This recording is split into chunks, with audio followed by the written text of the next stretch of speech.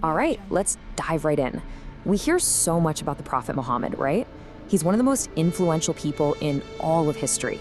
But this isn't just about admiring a historical figure from afar. No, this journey is about really, truly getting to know him.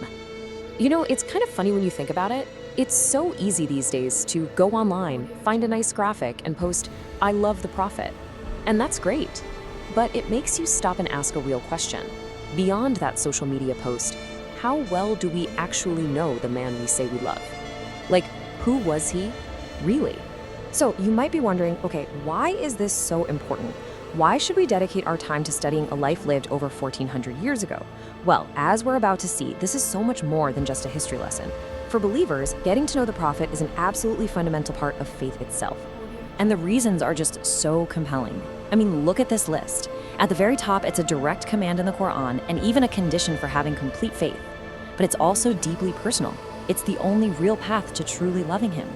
His life gives the Quran its context. It gives us a real human role model to follow, and it's an incredible source of comfort. And let's be honest, in today's world, it gives us the tools to defend his honor with knowledge, not just blind emotion. This is why scholars say learning about him is an obligation for every single one of us. And when we say it's a command, we're not talking about some subtle hint. We're talking about over 50 times. Think about that, over 50 separate verses in the Quran that tell believers to follow his example. That's not a suggestion. That is a central, recurring theme of the entire book. And this verse right here, it just nails it. The term used is uswa hasana, which means the most excellent pattern, the ultimate role model. The whole idea is that God sent a human being so that we could have a living, breathing example of how to be a good person, a good leader, a good parent, a good neighbor. It's all there. And you know, it all boils down to a simple human truth. You can't truly love someone you don't know. Knowledge is what fuels love. I mean, think about anyone you care about deeply. You want to know what makes them laugh, what their little quirks are, what they stand for. It's exactly the same here. If you say you love the Prophet, you'll have this natural desire to know the details. How did he deal with stress? How did he treat people? That's what turns abstract respect into real, genuine love. Okay, so we've established the why. That part is crystal clear. Now let's get into the what. You've heard me use this word sira, but what does it actually mean? The word sira comes from the Arabic root sara, and this is so cool. It means to travel or to journey. This one word tells you everything. This isn't meant to be some dusty old biography with a bunch of dates you have to memorize for a test. No, the sira is his life's journey. And the whole point of studying it isn't just to memorize facts. It's to transform ourselves by walking that path with him. Now, this journey can seem huge, but it's really built on three main pillars that give us a complete 360-degree view. First, you have the Shama'il. This is the personal stuff, his character, what he looked like, his manners, the way he smiled. Then you have the Maghazi, which covers the major battles and expeditions he led. And finally, the Ahwal, which are his conditions and states, his life as a father, a husband, his emotional states. Together, they paint the whole picture.